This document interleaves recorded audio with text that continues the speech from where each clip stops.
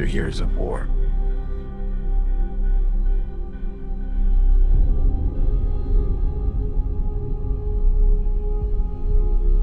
No one could stand between my men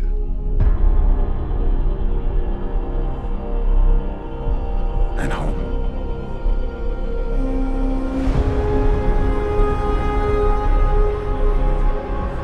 Not even me.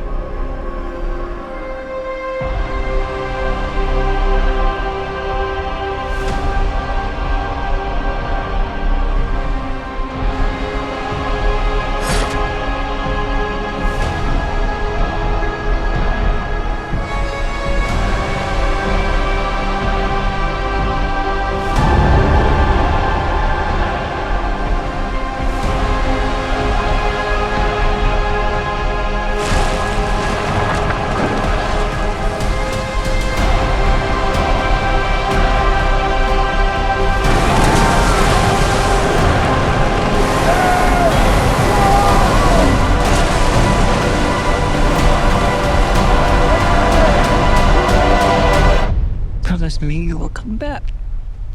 What if I can't?